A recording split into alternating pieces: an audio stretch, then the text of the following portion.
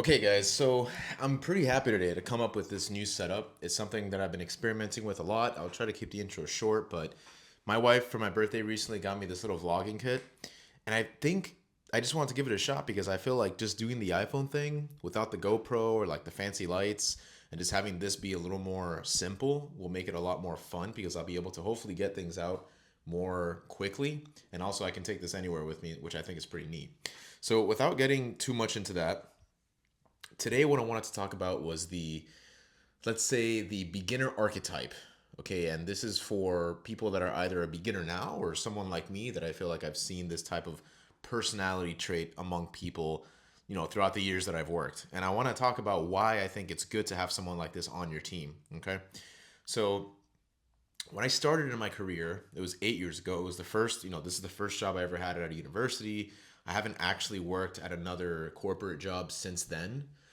But there was someone that I worked with who I think for all intents and purposes, I mean, to be fair, I was a beginner as well, but I think this person was a beginner in a different type of way because I was very much the mindset that I just wanted to impress everyone. And I think a lot of us, especially in our early 20s, you're starting a new career. One of the things that you're very interested in is just impressing your managers and your colleagues. So you tend to take more calculated risk, right? You're not just going to jump into the fire, but you try to decide what, like, the things are that are good to work on versus those that are not. But then sometimes you have someone like this person I'm about to talk about, which is sort of like, think about like beginner's luck in a game, right? How you're just doing good all the time because you don't really know enough to know enough. You don't know enough to know if something is good or bad. You just try things out. And that's exactly what I wanted to highlight. I remember this person on the team, even though he was a beginner, the thing that he had that no one else had was that he would just go for things. And oftentimes, almost always, they would actually work out in his favor. Typically only in the beginning, though. That's like a caveat, right? And when I say in the beginning, I mean, imagine you're working on a project long term. You make a lot of quick decisions in the beginning, which are good, but then maybe later on you realize that, let's say, you could have thought more in the beginning and you wouldn't have had to, redo things later on. But the cool thing about this person was he's given a problem, he's given a design, he's just given something that he has to try and do, and he would just go for it. And I remember thinking to myself, I should try to adopt this same thing, but frankly, I was just scared to do it. I was scared because what happens if things go terribly wrong? What happens if what I think is good is not going to be good? And, or, just what happens if a ton of things happen, right? And I would get stuck in analysis paralysis. I would get stuck in the design phase and the planning phase and talking to people, asking people their opinions, while this person would just go for it.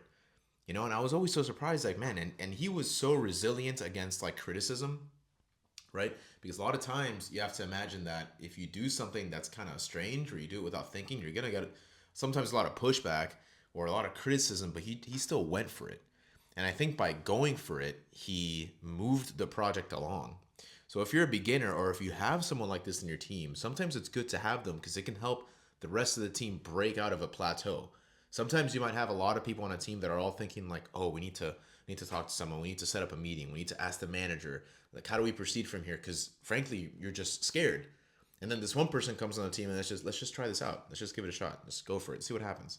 And then a lot of the times it ends up working well, right? So I thought that was so unique. And if you're in that same position, maybe you can be that person that helps people come out of that plateau. Sometimes it's good to just shoot, your shot in the dark and go for it and hope that things go well. I mean, you want to be able to do this in a, let's say, a safe environment where it's okay to try things out because granted, even though he was trying things out sort of at random, we still had a lot of safeguards in place to make sure that it wouldn't be a catastrophic failure, right? So if you work at a company, let's say like a startup, oftentimes you're rapidly prototyping things. I mean, I think this person would do very well in this type of environment. I've never worked in a startup, but I could only imagine that a startup, they probably want to get up and running really quickly and they don't want to get bogged down by a process. So probably someone like this could be very good at a company like this, whereas someone at a, let's say, enterprise company where there's a lot more safeguards and processes in place and checks and balances, it might be harder for them to get their point across, but I still think they're valuable in both ways. Now, some of the downsides of this, as you might already be thinking, are, well, you might try all these things and maybe all these things suck and maybe they don't go according to plan, right? Or even if they do go according to plan, then later on you realize, well, okay, that worked well back then, but now we got to fix a ton of stuff because it doesn't work anymore. So I feel like you have to do a little bit of both. I think it's good to have a little bit of a balance.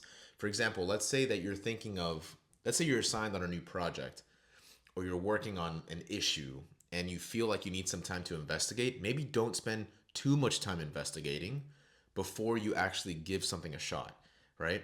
It's like any endeavor in life. Let's relate this to like real life, right? A lot of times it's like this YouTube channel. We have ideas of things we want to do, and we spend so much time in the thinking phase of it.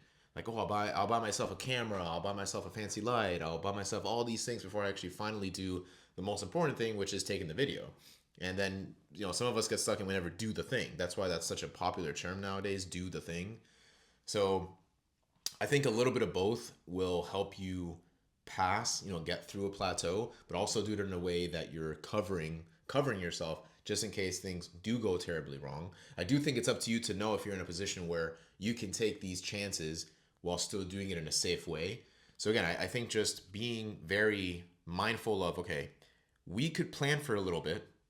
We don't have to spend so much time planning, but then at some point, let's actually go for it and do something and see what comes out of it. There's a saying, I think it's premature optimization is the root of all evil, and I think that's true. I think sometimes we try to optimize way too much in the early stages because it's fun. It's kind of fun to think like, oh, I can make this. In your head, you're thinking, I can make this work and I can get it done really well from the beginning.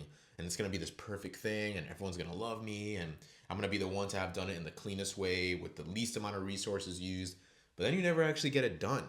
Whereas the person, that's next to you gave it a shot every single day with just something, and then he got it working, and believe it or not, that's the solution that's the most valuable. There was a story I heard, I think it was in man, I hope I'm not wrong here, but if I am, it's fine. The story's the same, but I think it may have been, I heard it in either a Joe Rogan podcast episode or an episode from Modern Wisdom with Chris Williamson.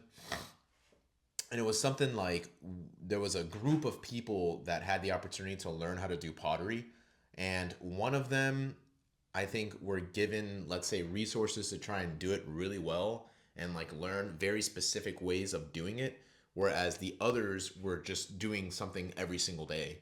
And I think maybe I'm butchering the story completely, but I think the point of the story is that the people that tried something new every single day ultimately ended up succeeding. And maybe the point was that they actually got something done, whereas the people that just researched it and studied it didn't actually get anything tangible at the end. So the point of the video is just to know that if you're a beginner and you're kind of in this beginner archetype where you're just like shooting your shot, I think it's very valuable to be able to do that and be comfortable with taking a risk. Be confident that what you're doing can help the team move forward. And if you notice that you are this person, make sure to vouch for yourself, right? Make sure to be very vocal about the things you're trying and let people know like, hey, I'm the guy that we're just like, I can get the team to just move forward.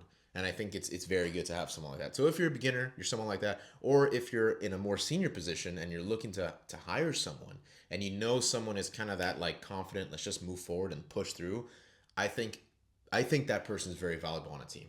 So this is just from observation of this person that I used to work with. I won't name any names, of course, but it was, in hindsight, actually a very good person to have on the team. So yeah, that's pretty much it. This is a new style I'm gonna be trying out with the iPhone. I think I like it already so far because it's just more minimal and actually the quality of the video is a lot better. It just feels more personal. I mean, this thing has like a light and everything. Like it's pretty neat. So very happy. And that's about it. So I'll see you guys next time and hope you stick around. Let me know in the comments if this is something that, have you all worked with someone like this, the beginner? Have you worked with someone that's very into just pushing it? Let's just get through this plateau. And if not, maybe you feel like you're someone like this and maybe this video sort of inspired you to be that person that can help the team get through some of these rough plateaus. So let me know. And yeah, I'll see you all next time.